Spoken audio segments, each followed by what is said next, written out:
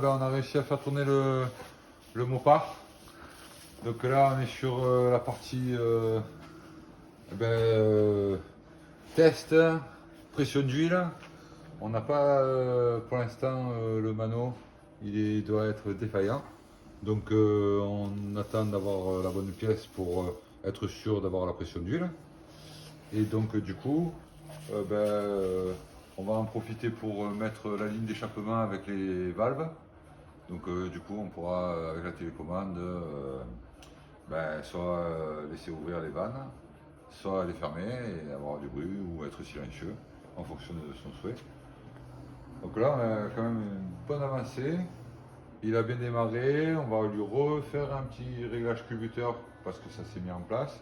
Il y a certaines pièces comme les tiges qu'on n'a pas remplacées, donc on est sur de la, comment ça s'appelle, du réglage au fur et à mesure. Hein. Et voilà, là, on essaye de voir pour le système de refroidissement. Là, on a un petit bouchon à mettre, donc on va voir, ce serait sympa. Un petit vase aussi qu'on est en train d'adapter. Ouais, il y a le petit vase là. Bon, on est en train de s'amuser là, hein. C'est du détail esthétique. Mais... Voilà, au lieu d'en avoir un gros qui était un peu vieillissant. Il y est l'ancien? Il est là-bas au fond. Vas-y, montre l'ancien, ouais. C'est quand même le jour et la nuit. Ah oui, il est au fond, je le vois. Il a une couleur un peu... Voilà, on n'a pas osé. Jaune. Vu la qualité de la préparation moteur et de l'installation, on s'est dit quand même que ce serait une offense de remettre le vase voilà. d'origine.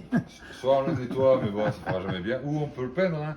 Et après, il fuyait pas. Non, non, non. Par contre, il y avait de la saleté, on va dire, hein, quand même, avec le fait qu'on l'a laissé sur le côté, là. Et donc, voilà. Ça, quitte, ouais, c'est vrai, peut-être peinture, tout ça, mais bon, on part sur un chrome hein, plus sympathique. Voilà, il va falloir que je range un peu le coin parce que. Ah, voilà. Je vais chercher le bouchon. Ah, c'est l'ancien bouchon de radiateur, ouais. Ouais. Mais justement, je sais pas s'il est pas dessus. Je vais regarder. Parce que si ça se trouve, c'est. À voir. Après. C'est le même qu'on a mis sur la Mustang. D'accord. Et là, on essaie de voir un peu. Alors, je sais pas si vous voulez un peu donner votre idée. On avait des possibilités. Bon, là, on a tellement de place qu'en fait, Voilà. on aimerait qu'il soit visible. De faire un petit support. Parce qu'en fait, ce côté, il est quand même assez vide.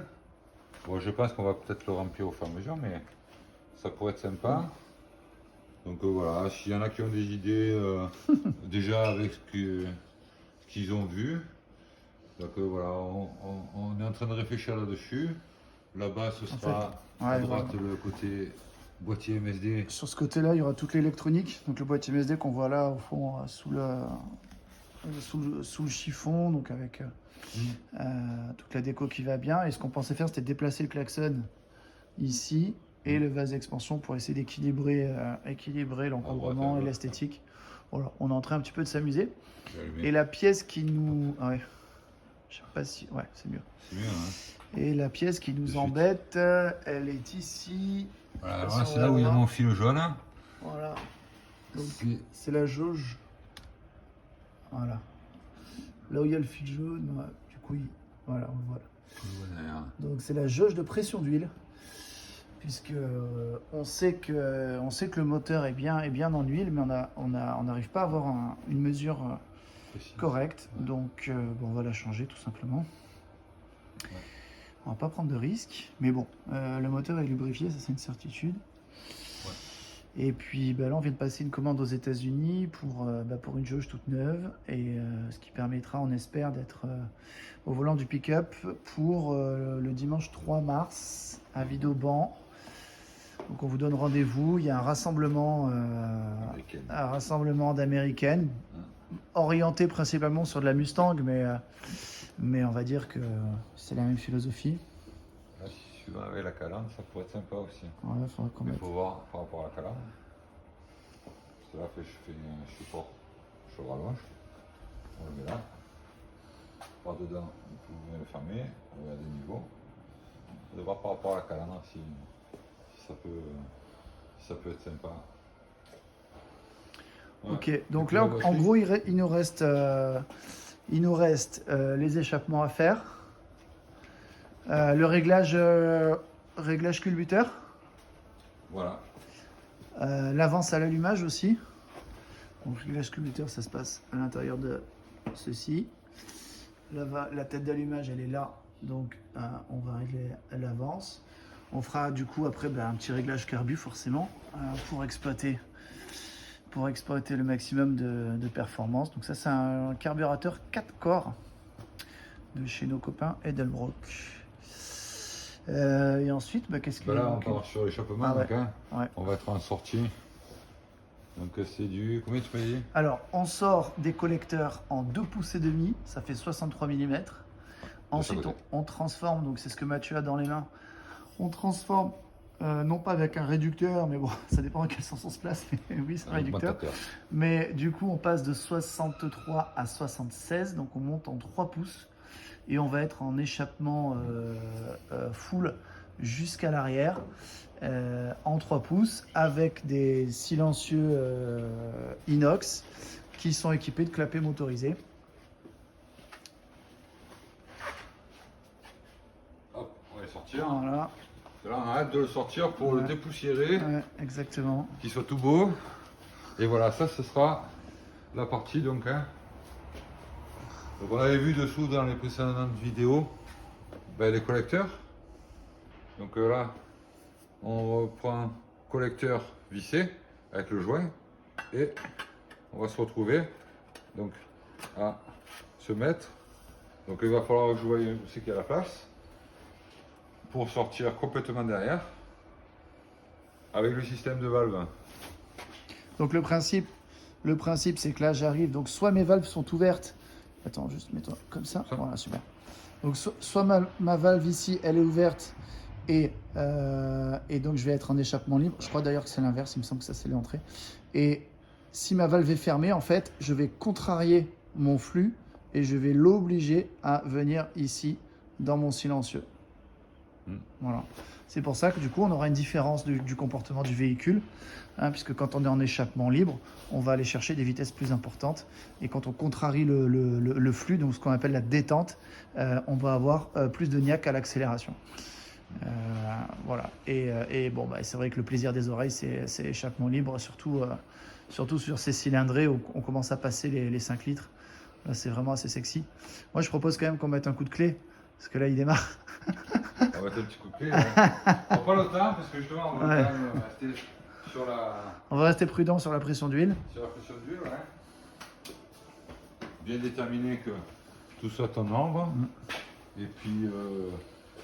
hop, je devais mis ça, c'est bon.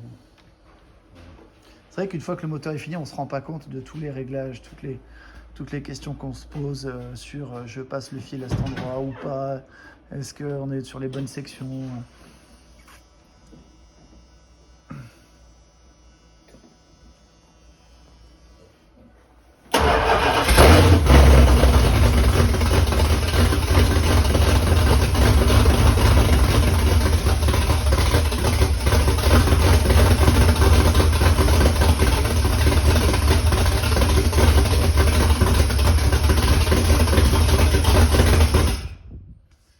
Voilà. Une horloge. Il a mieux tourné. Une horloge. Donc là, il faut qu'on règle bien l'avance à l'allumage. Attention au bidon d'essence, parce que j'ai fait un passage. Alors il y en a un petit peu encore dans le réservoir de l'essence. On va le vider. On va contrôler s'il n'est pas pollué. Normalement non, mais bon, c'est toujours bien de le faire. Et puis après, on va sûrement mettre des Duritavia.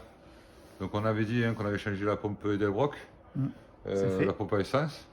Et du coup, on est en plus gros débit pour le carbu. Et on va passer en Duritavia, donc ce sera plus joli, plus esthétique. Ouais, là c'est vraiment de l'ultra provisoire. Hein, oui, là j'ai... Ça c'est le réservoir essence. Ça c'est le réservoir Mathieu. Ça, qui va jusqu'à la pompe qui est toute neuve. Je pense qu'on va l'avoir ici. Ouais. Hop, elle est là en bas. Voilà, on l'a. Hop, je vais essayer d'allumer. Ouais, voilà, là, juste là. toute neuve. Et d'abord. Et du coup, par-dessus aussi. Ouais. Voilà. Ah non, ça avance bien. Et puis après, on peut vous montrer peut-être la batterie, au cas où. Tu sais, tu en avais pris une Ah ouais. sur On non peut, ouais, si tu veux.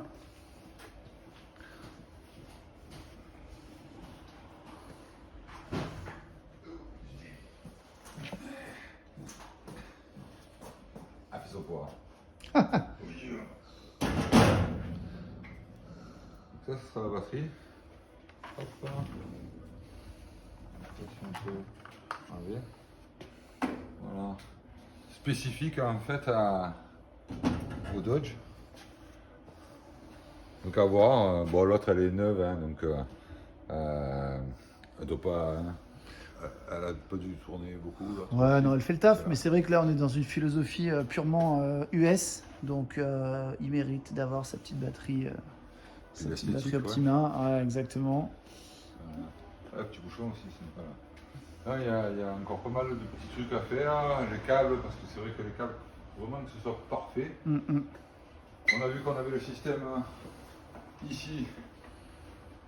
En fait, c'était l'ancien. Donc il y a longtemps, parce que quand tu l'as eu, il n'y avait pas le carbu à starter automatique. C'est ça. Et a priori, ça c'était le starter automatique qui devait être dessus au départ. Donc déjà quand même pas mal. Parce que petit starter automatique quand il fait froid. Bon, après, franchement, s'il commence à faire doux, bah, elle s'engorge. Donc il y a vraiment. Le starter c'est vraiment quand il fait vraiment du 0, moins 5, moins 10. Que voilà, ça va être utile, mais juste pour le démarrage. Donc voilà, on est bien avancé. Faire des petits réglages sur les poulies pour éviter qu'il y ait des tremblements, que on va affiner un peu l'ajustage. Là, j'avais pas réglé. Donc j'ai attention, mais en fait là j'ai juste fait comme ça à la main pour voilà qu'elle soit. Hop. Ouais, elle est bien tendue là. Mais ça va, l'alignement il est pas mal. Après, il reste à voir tout ce qui est raccord aussi boîte de vitesse, parce que dès qu'on aura la pression d'huile, on va faire passage des rapports. Donc comme on a mis en huile, qu'on avait tout mélangé, il faut re-remplir le radiateur d'huile, le bas du radiateur d'eau, où ça fait un réchauffeur pour l'huile de boîte. Donc tout ça, ça va se mettre en pression pour après contrôler le niveau. Et d'ailleurs, on a la jauge ici, qui se situe ici. Voilà. Et là, Jauge de boîte. voilà. Ici, c'est vraiment pour la transmission. Donc il y a toute une procédure à faire pour remettre en pression le circuit, le niveau. C'est pas on met l'huile, c'est au maxi et on s'en va. Non.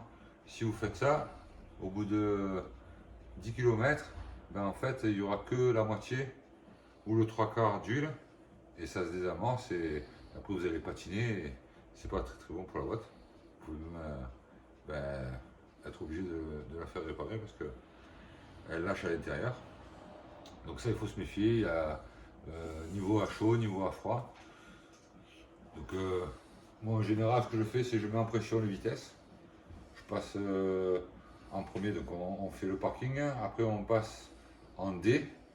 On laisse tourner pendant 5 minutes ou un peu moins pour mettre en pression. On passe au neutral.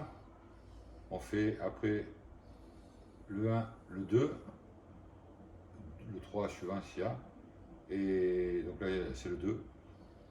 Pareil, à chaque fois, il faut remettre en pression. Et vaut mieux s'arrêter entre le D, le 1 et le 2 pour refaire le complément d'huile. Et après, passer la marche arrière aussi. Une fois qu'on a fait tout ça, dès que l'huile est chaude, eh ben, il y a cold, hot sur la jauge. Donc si on a une température chaude, comme on a dit, on a mettons, fait tourner pendant 10 minutes, un quart d'heure, la température de l'huile est montée. Donc on va se baser sur le niveau hot de la jauge. Voilà. Ça, c'est pour environ 90% des boîtes automatiques à convertisseur hydraulique. Voilà. Après, Aston Martin, c'est différent. Aston Martin, c'est moteur en marche. Il y a d'autres qui ont des procédures différentes, mais bon, voilà, c'est de base, on va dire, généralement comme ça. Voilà. Ok, bon allez, on continue. Aperçu.